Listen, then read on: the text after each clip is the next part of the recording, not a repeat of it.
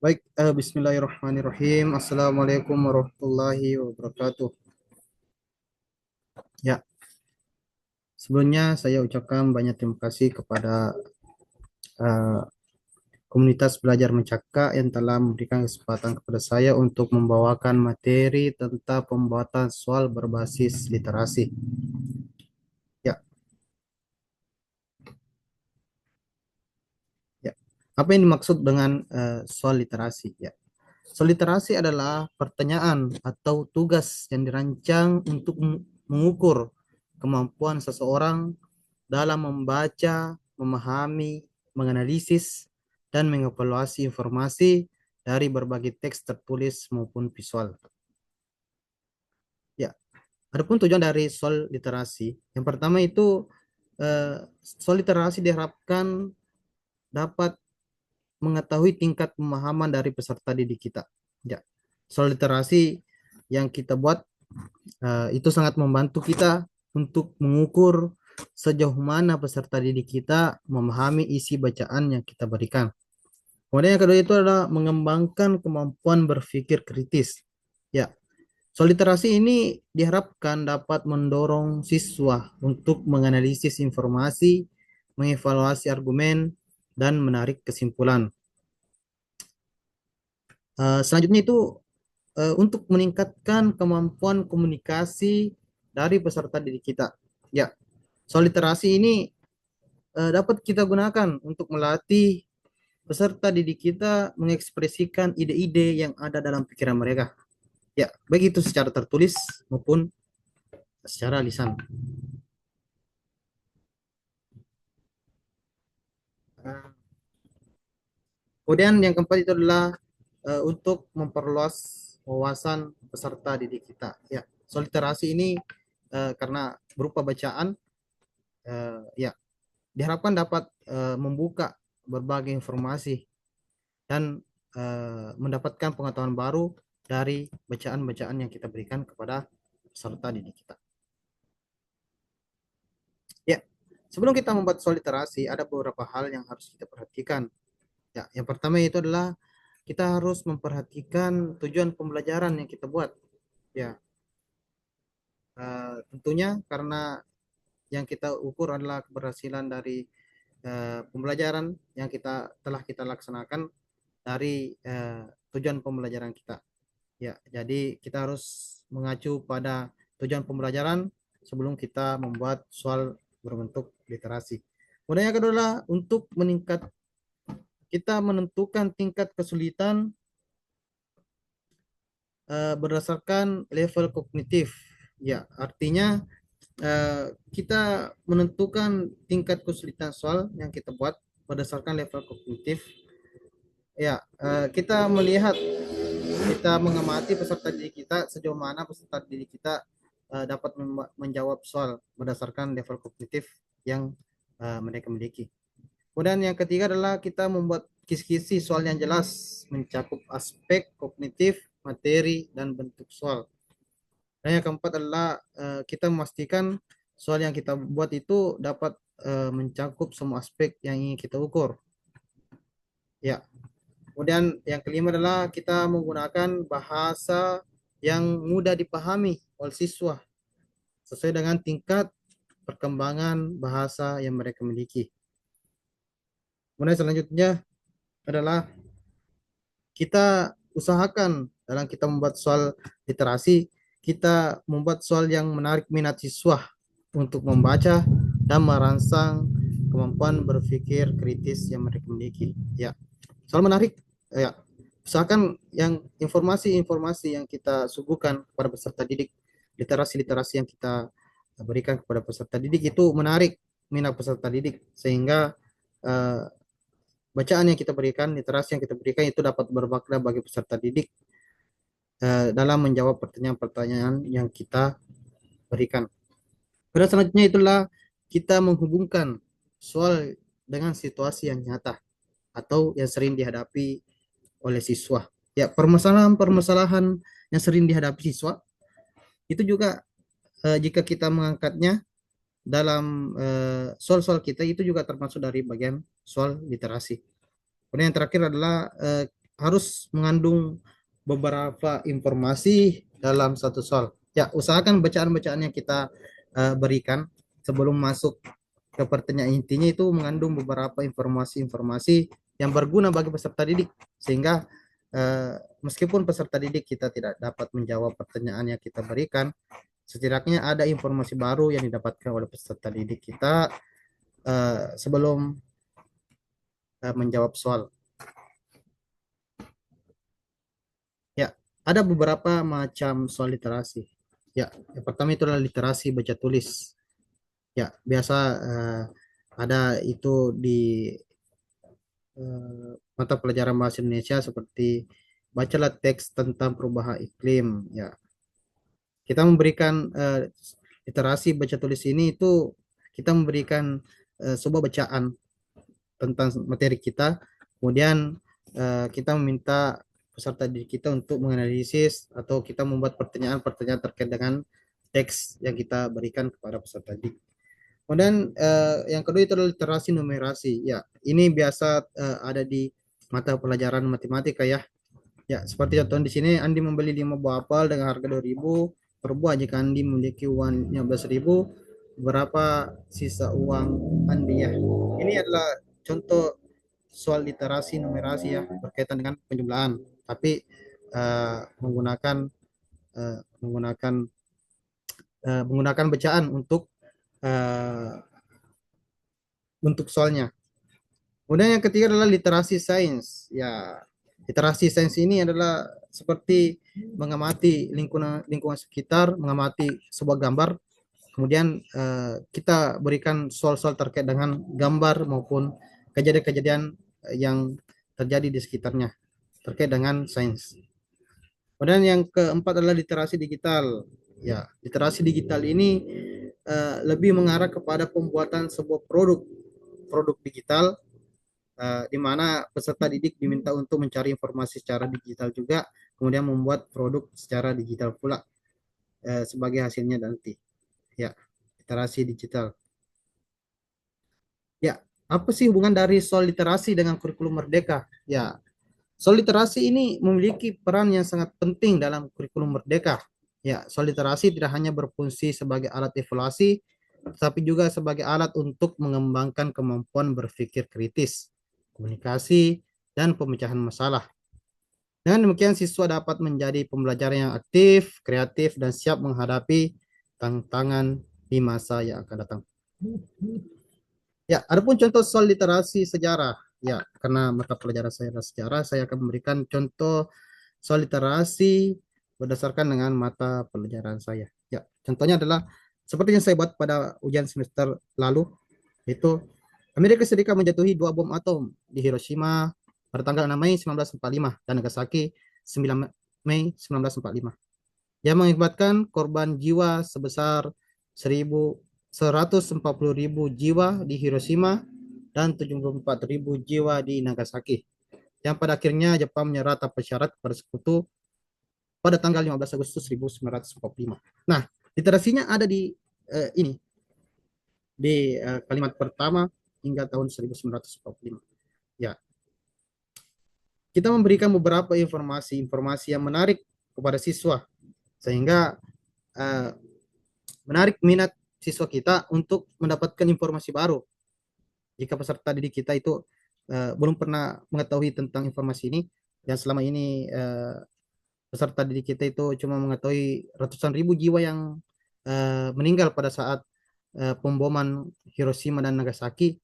Di sini kita memberikan informasi detailnya sehingga kita harapkan jika peserta didik kita tidak bisa menjawab soal inti yang kita berikan, maka peserta didik kita mendapatkan informasi baru terkait dengan literasi yang kita berikan sebelumnya. Kemudian soal yang kedua yang saya contohkan di sini, ya, kita mengetahui bersama penjajahan yang dilakukan Jepang meskipun singkat tapi lebih kejam dibandingkan penjajahan yang dilakukan oleh Belanda. Nah, ini adalah informasi yang menarik bagi siswa. Ya, karena berdasarkan pengetahuan siswa itu Belanda jauh lebih lama menjajah Indonesia dibanding dengan Jepang. Tapi di sini ada informasi baru yang didapatkan. Ternyata yang penjajahan yang dilakukan Jepang itu lebih kejam dibandingkan dengan yang dilakukan oleh Belanda. Nah, ini adalah informasi menarik sehingga menarik lagi minatnya siswa untuk membaca informasi selanjutnya. Ya. Tapi meskipun demikian, ternyata penjajahan Jepang juga berdampak positif bagi bangsa Indonesia. Nah, selain pada kejam, ternyata ada juga dampak positifnya. Nah, disinilah kita mengantar kepada inti dari soal yang akan kita buat. Ya, apa saja dampak positif yang dirasakan oleh bangsa Indonesia selama penjajahan Jepang di Indonesia? Ya, di sini saya juga memberikan contoh beberapa soal literasi uh, di beberapa mata pelajaran yang ada di SMA Negeri 9 Lojo. Di sini saya memberikan contoh, saya memberikan dua firman Allah dan satu firman Allah dan satu hadis Nabi Shallallahu Alaihi Wasallam.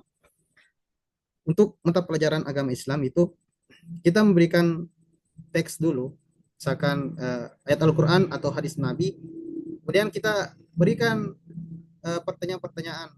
Ya, pertanyaan bisa satu, dua, ataupun tiga, tergantung dengan seberapa banyak ingin kita ketahui dari pemahaman siswa kita terkait dengan bacaan yang telah kita berikan. Ya, seperti ini, uh, memberikan uh, ayat Al-Quran terkait dengan Quran surah Al-Maidah ayat 55. Kemudian kita menanyakan apa yang Allah perintahkan kepada umat muslim berdasarkan dengan Quran surah Al-Maidah ayat 55. Nah, nanti peserta didik kita mencari di sini. Nah, apa kira-kira yang diperintahkan oleh Allah melalui Quran surat Al-Maidah ayat 55. Ya, begitupun selanjutnya. Ya, selanjutnya itu ya contoh soal literasi sosiologi ya. Di sini saya memberikan contoh tentang globalisasi. Ya, di sini adalah informasi awal adalah pengertian dari globalisasi. Ya, globalisasi adalah proses integrasi internasional yang terjadi karena pertukaran pandangan dunia, produk, pemikiran, dan aspek-aspek budaya lainnya. Nah, di sini globalisasi membuat dunia terasa lebih kecil dan saling terhubung. Nah, disinilah informasi menarik yang ada dalam bacaan ini. Sehingga menurut kita mengantar ke pertanyaan intinya. Pertanyaan intinya itulah dampak globalisasi terhadap struktur sosial masyarakat Indonesia. Ya, di sini peserta didik kita akan merefleksikan uh, apa pengalaman pribadinya terkait dengan dampak globalisasi tersebut, kemudian menuliskannya dalam jawaban-jawaban peserta didik. Kemudian selanjutnya dulu contoh soal literasi ekonomi. Ya, di sini saya memberikan contoh tentang uh, inflasi dan deflasi ya. Ya, di sini saya memberikan pengertian tentang inflasi. Ya, inflasi adalah kondisi di mana terjadi kenaikan harga barang dan jasa secara umum dalam suatu periode tertentu. Dengan kata lain, uang yang kita miliki akan semakin berkurang daya belinya. Ya, sedangkan deflasi adalah kondisi kebalikan dari inflasi, yaitu penurunan harga barang dan jasa secara umum dan satu periode tertentu. Tujuan dari pemberian soal literasi ini adalah jika peserta didik kita itu tidak bisa menjawab soal intinya, itu dampak inflasi dan deflasi terhadap perekonomian suatu negara Indonesia. Nah, setidaknya peserta didik kita itu mendapatkan informasi baru, yaitu terkait dengan pengertian inflasi dan deflasi. Sehingga uh, meskipun peserta didik kita tidak dapat menjawab soal yang kita berikan, setidaknya ada informasi yang didapatkan dari literasi yang kita berikan kepada peserta didik, sehingga peserta didik kita tidak hanya menjawab uh, menjawab kosong di dalam kertas jawabannya, melainkan mendapatkan informasi baru terkait dengan inflasi dan deflasi. Ya, itulah tujuan dari soal literasi menurut saya, di mana kita memberikan informasi kepada peserta didik sehingga peserta didik kita mendapatkan tambahan ilmu, tambahan pengetahuan baru terkait dengan materi yang kita berikan. Sebenarnya itu soal literasi geografi ya. Di sini saya memberikan contoh tentang pulau-pulau yang ada di Indonesia. Ya. Menurut data terbaru Badan Pusat Statistik BPS pada tahun 2022, jumlah pulau di Indonesia itu mencapai 17.001 pulau. Ya. Jumlah ini akan terus bertambah dan berkurang. Nah, informasinya adalah di sini. Jumlah pulau di Indonesia itu 17.001 pulau. Ya, dan di mana jumlah ini itu bisa bertambah, bisa juga berkurang terkait tergantung nanti dengan penelitian dan pemetaan yang lebih detail. Ya. Nah, disinilah inti dari pertanyaan Jelaskan keuntungan dan kerugian menjadi negara kepulauan. Tidak langsung kita memberikan pertanyaan inti, tapi kita juga memberikan informasi-informasi baru kepada peserta didik kita terkait dengan materi yang akan kita berikan. Seperti ini. Informasi barunya itu adalah jumlah pulau di Indonesia itu mencapai 17.001 pada tahun 2022 dan akan bertambah dan berkurang seiring dengan penelitian dan pemetaan yang lebih detail. Ya, seperti itu. Ya, selanjutnya contoh soal literasi PKN. Ya, di sini saya memberikan contoh tentang demokrasi ya. Demokrasi adalah bentuk pemerintahan di mana keputusan politik berada di tengah rakyat, baik secara langsung maupun melalui perwakilan yang dipilih oleh rakyat. Untuk saat ini demokrasi adalah sistem pemerintahan yang paling bagus di antara sistem pemerintahan lain. Ya, sinilah ya kita antar dulu menuju ke inti pertanyaan kita. Ya, inti pertanyaan adalah setujukah Anda dengan sistem demokrasi adalah sistem pemerintahan yang terbaik? Nah, kita memberikan kesempatan peserta didik untuk berpikir dan kita meminta alasannya kenapa peserta didik memilih jawaban tersebut setelah kita berikan bacaan-bacaan sebelumnya. Ya, selanjutnya itu contoh soal literasi biologi ya. Ini terkait dengan kepunahan spesies ya. Ya. Tapi tidak langsung mengarah ke kepunahan spesies. Kita uh, berikan penyebabnya dulu, penyebabnya. Ya, seperti ini. Ya, perubahan suhu dan pola curah hujan menyebabkan perubahan kondisi habitat yang tidak sesuai dengan adaptasi spesies tertentu. Ya, banyak spesies terpaksa berpindah ke daerah lain untuk mencari habitat yang lebih sesuai. Namun tidak semua spesies mampu bermigrasi, ya, sehingga berisiko mengalami kepunahan. Ya, di sini inti dari pertanyaan yang akan kita berikan. Itulah usulkan beberapa langkah yang dapat dilakukan untuk mengurangi dampak perubahan iklim karena yang mengakibatkan berubahnya habitat makhluk hidup itu karena adanya perubahan iklim sehingga uh, agar dapat menghindari kepunahan spesies tertentu ya. Ya, uh, kita berikan dulu penyebab dari kepunahan, kemudian inti dari pertanyaan nanti adalah uh, mengurangi penyebab dari kepunahan tersebut dengan memberikan solusi-solusi yang kontekstual dengan kehidupan nyata peserta didik. Ya, bagaimana mengurangi dampak perubahan iklim. Ya, ya seperti itu ya. Um, ya, selanjutnya itu contoh soal literasi kita. Ya, di sini saya memberikan dua contoh terkait dengan soal literasi ya. Di sini ibu Anda menambahkan cuka ke dalam adonan kue. Ya, nanti setelah membaca ini peserta didik akan berpikir merefleksikan kembali bagaimana dia membantu ibu mereka dalam membuat kue. Ya. Jelaskan secara kimiawi mengapa penambahan cuka dapat membuat kue menjadi pengembangnya. Ya, peserta didik kita akan mengingat kembali saat mereka membuat kue bersama ibunya. Ya, dia melihat pengembangan adonan kue tersebut sehingga melatih kemampuan peserta didik untuk menjelaskan berdasarkan dengan pengalaman yang telah mereka alami sebelumnya. Selanjutnya itu pupuk merupakan salah satu faktor kunci dalam meningkatkan produktivitas pertanian. Nutrisi yang terkandung dalam pupuk sangat dibutuhkan oleh tanaman untuk tumbuh dan berkembang dengan baik. Ya, seorang petani menambahkan pupuk urea NH2 CO NH2 ke lahan pertaniannya. Nah, ini adalah soal literasinya. Nanti kita antar menuju yang menjadi pengantar menuju soal inti dari soal yang kita buat. Ya, jelaskan bagaimana pupuk urea dapat meningkatkan pertumbuhan tanaman. Nah, ya disitulah dari ya disinilah inti dari pertanyaan yang kita buat. Ya, dan tuliskan pula persamaan reaksi hidrolis pada pupuk urea. Ya, seperti itu ya.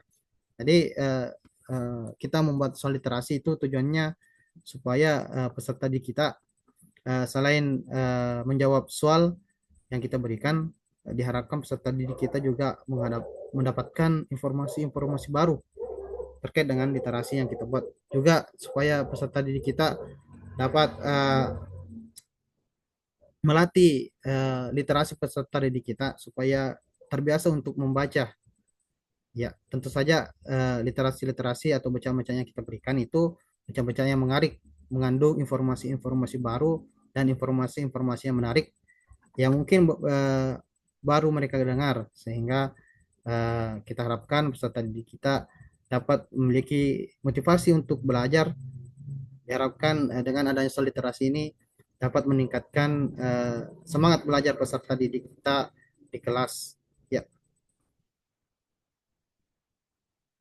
ya.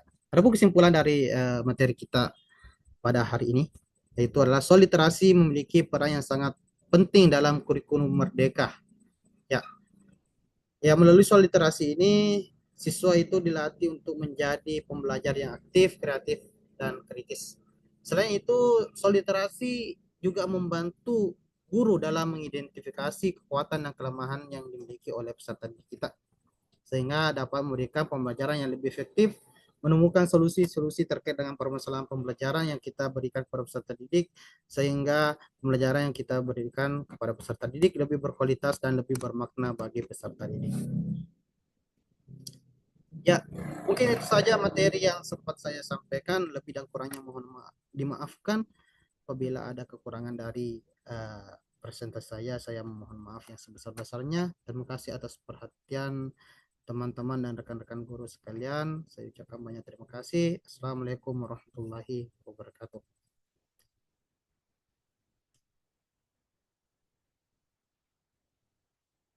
Stop.